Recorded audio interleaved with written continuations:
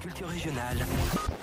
Avec Stéphane Cousinet. Pour ce vendredi soir, le jour de votre émission Scène ouverte, je vous propose ce soir de retrouver un artiste qui est déjà passé dans cette émission. Rappelez-vous, peut-être que vous étiez présent ou pas du tout. C'était le 10 décembre 2010. Et ce soir, nous accueillons pour la deuxième fois dans le studio, c'est Sébastien Maille. Bonjour. Bonsoir à tous. Comment ça va ? Très bien, écoutez, je suis content d'être avec vous ce soir. Alors, bien sûr, tout au long de cette émission, on va rappeler un petit peu tout ce que vous avez fait depuis la dernière fois que vous êtes venu dans les studios. On parlera bien sûr de votre album, quelque chose important qui s'est déroulé il y a à peu près un mois et demi, la sortie de l'album. Ouais. Et puis une date importante, c'est demain à l'espace culturel de Surgères. Hein. Voilà, c'est ça. Voilà, pour l'instant, on n'en parle pas. On va laisser le suspense jusqu'au bout de l'émission. Alors, donc, on va rappeler un petit peu ce qui s'est passé depuis le 10 décembre 2010. Oui. Vous étiez donc parti pour un showcase du côté de Barbezieux, je crois. L'espace culturel de Barbezieux, voilà. Tout à fait. Et c'était pour l'album Dream with Angels, Rêve avec les anges. Et du coup, j'ai fait une tournée dans les magasins avec soit des dédicaces ou des showcases. Les showcases, c'est des mini-concerts, des concerts juste l'après-midi où on emmène les instruments.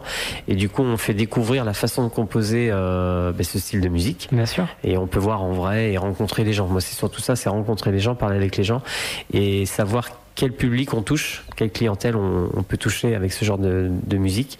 Et voilà, donc j'ai fait une série de concerts dans les magasins Cultura, dans les espaces culturels Leclerc, dans différentes régions en France. Donc les showcases, c'est très intéressant.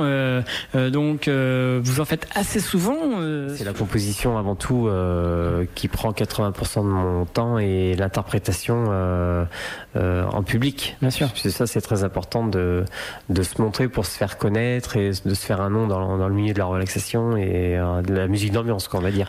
Et parce qu'on m'a dit avec différentes rencontres de directeurs ou directrices de magasins que j'étais à peu près le seul en France à promouvoir de la musique zen dans les magasins en jouant directement avec des claviers. Et voilà, c'est pas courant. Il y a beaucoup de dédicaces de chanteurs. Les chanteurs, il y en a plein partout. Il y en a beaucoup en France. Mais après, donner un nom de personnes qui fait de la musique électronique à tendance relaxante, voilà, c'est pas courant, quoi. Donc c'est marrant, en allant faire ses courses, de tomber sur un musicien en même temps qui a ses claviers branchés à 20 mètres des caisses je suis souvent placé devant un espace culturel à l'entrée du magasin et je joue mes titres. Donc ça fait une ambiance dans le magasin, dans la galerie commerciale qui est un peu hors norme, quoi. C'est pas courant. Alors les personnes donc, qui vous découvrent lors de showcases dans différents magasins se posent des questions. Est-ce que les gens qui vous posent des questions assez originales, qui changent, pourquoi vous faites cette musique, pourquoi vous n'êtes pas chanteur non, surtout on me dit c'est original de faire cette musique-là par rapport à l'âge que j'ai.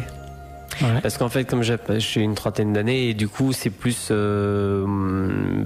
j'aurais pu être chanteur pop rock, chanteur de variété et voilà, comme beaucoup font. Voilà, il y a beaucoup d'exemples. Et on parlait justement par rapport au titre comme Michael Miro, voilà, un titre qu'on va diffuser ou tout à l'heure. Ouais.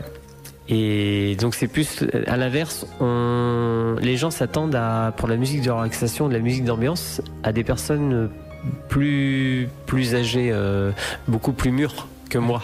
D'accord. Voilà, c'est plus ça en fait. L'étonnement, c'est de se dire, c'est étonnant de tomber sur un jeune qui s'intéresse à de la musique qu'on écoutait peut-être dans les années 70, quoi. La musique cool et tout ça, c'est plus derrière moi, quoi, on va dire. Ces personnes qui viennent vous voir, ce sont des personnes d'un certain âge Alors, mon public, c'est des femmes, 90% des femmes, ouais, 90% des femmes entre 30 et 90 ans. Ouais. Voilà, on peut aller plus loin, 90. Mais c'est déjà pas mal, mais non, mais je plaisante, mais évidemment ce sont 90% des femmes. Je rencontre des relaxologues, des naturopathes, des responsables d'instituts de beauté, évidemment, de tout, des gens qui ont beaucoup de problèmes dans leur vie aussi personnelle, des gens qui ont subi des problèmes de santé ou qui côtoient des gens qui ont des problèmes de santé, qui ont besoin de s'évader, de partir avec de la musique zen, voilà, pour penser à autre chose, ou des gens qui ont aussi une façon de vivre différente, des gens qui me disent nous on n'a pas de télé, mais par contre on achète beaucoup d'albums et à la maison quand on soit des amis on met des disques en fond sonore, en ambiance. Donc ça me plaît, on me dit votre album c'est ce qu'il nous faut pour la maison, quoi.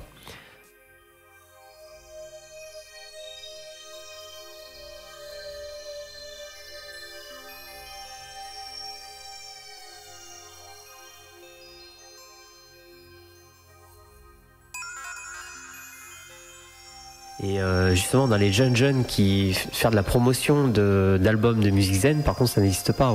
Soit on fait un clip ou on fait une annonce publicitaire pour de la musique zen, et il y a souvent des coffrets qui existent dans les magasins et on connaît pas forcément, on peut pas mettre de nom. On met pas de nom d'artiste sur de la musique d'ambiance. Et moi, c'est ce que je fais, c'est ce qui est assez original, justement. Nous allons faire une pause musicale ce soir dans cette émission Scène ouverte. On va retrouver Magali Vaé avec L'Homme Shampoing, c'est son nouveau single. Sébastien Mahé, alors expliquez-nous un petit peu le choix de ce titre. Oui, c'est L'Homme Shampoing du single de Magali Vaé, qui a été composé par Nathanaël, qui est éditeur et compositeur du label Natsys Music. Et du coup, comme c'est un titre composé par un de mes amis, je voulais lui faire un clin d'œil ce soir avec L'Homme Shampoing. À défaut d'avoir trouvé l'oiseau rare, j'ai ma petite idée sur le mec rêvé. Et en plus, vous tournez sur toute la France, en plus. Oui, voilà. Donc, je commence à connaître ma géographie par cœur. Et c'est marrant parce que quelles que soient les régions, du coup, je retrouve toujours les mêmes styles de personnes. Ouais. Même si le nom de la ville est différent, les gens en ce moment ont toujours les mêmes problèmes, les mêmes soucis, ils me le disent, ils m'en parlent. Et c'est plus facile de parler à un artiste, un étranger, on va dire, quelqu'un qui ne fait pas partie de la famille, de parler de ses problèmes plutôt qu'à un proche, où ils peuvent le dire en 5 minutes parce qu'ils me connaissent pas, quoi. Donc voilà. Vous êtes à l'écoute de chaque personne.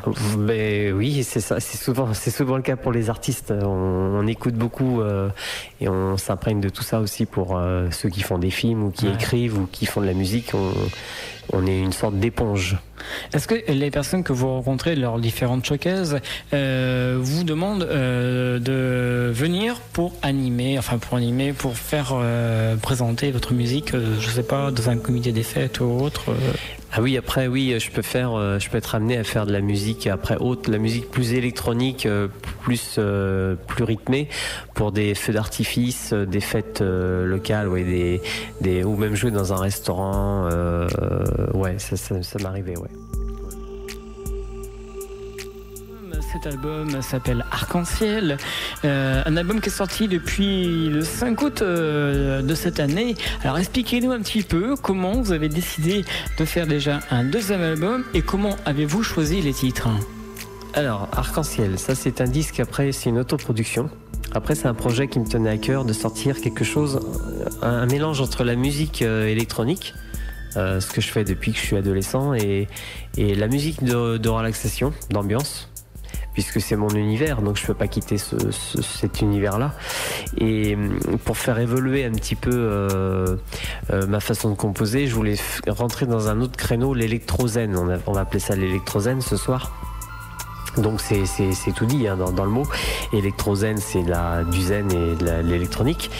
Et pourquoi Arc-en-Ciel? Parce que je voulais quelque chose de positif, quelque chose qui nous fasse du bien, et rentrer dans un monde un peu féerique et magique. Et pour moi, la féerie, moi je suis toujours resté baba devant les arcs-en-ciel quand c'est vrai qu'il pleut, tout d'un coup le beau temps revient, et qu'est-ce qu'on a devant nous? C'est magnifique, un arc-en-ciel, et on a envie de le prendre en photo. On reste baba, on dit toujours quand on est gamin, regarde, il y a un arc-en-ciel. On est toujours resté baba devant un arc-en-ciel. Donc du coup, le titre Arc-en-ciel, c'est le titre de l'album et c'est la pochette, donc que l'on retrouvera un fond bleu avec des bulles et puis l'arc-en-ciel, justement. Donc la pochette est très très colorée, et voilà, donc 12 titres sont nés autour d'Arc-en-Ciel. D'accord. On va retrouver dans quelques instants donc la fin de l'émission, mais là on va retrouver quelques questions qui changent un petit peu de l'habitude. Quel est le dernier SMS que vous avez envoyé ? C'était pour un anniversaire, voilà, proche. D'accord. Êtes-vous plutôt SMS, téléphone, internet ?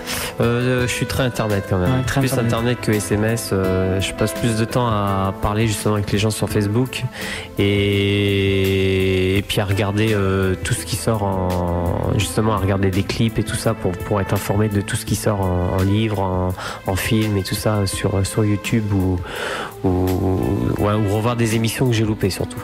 Alors, il est content de faire une synthèse de cette émission de ce vendredi soir. Alors, il nous a sorti déjà un premier album il y a à peu près 1 an et demi qui s'appelle Dreams. Dream with Angels, Rêve avec les anges, ouais, tout à fait. Donc de la très très belle musique. Qui est disponible encore chez nous à Surgères demain. Voilà. Aussi. Et bien sûr, il nous propose de la musique, comme on l'a pu entendre dans ces émissions, sous la musique électronique, relaxation, genre Jean-Michel Jarre en gros. Voilà, un mélange entre, j'allais dire même un mélange entre Jean-Michel Jarre, Vangelis, Michel Pépé et Sébastien Maille. Vous mélangez tout ça dans un saladier, puis vous sortez Arc-en-Ciel. Arc-en-Ciel.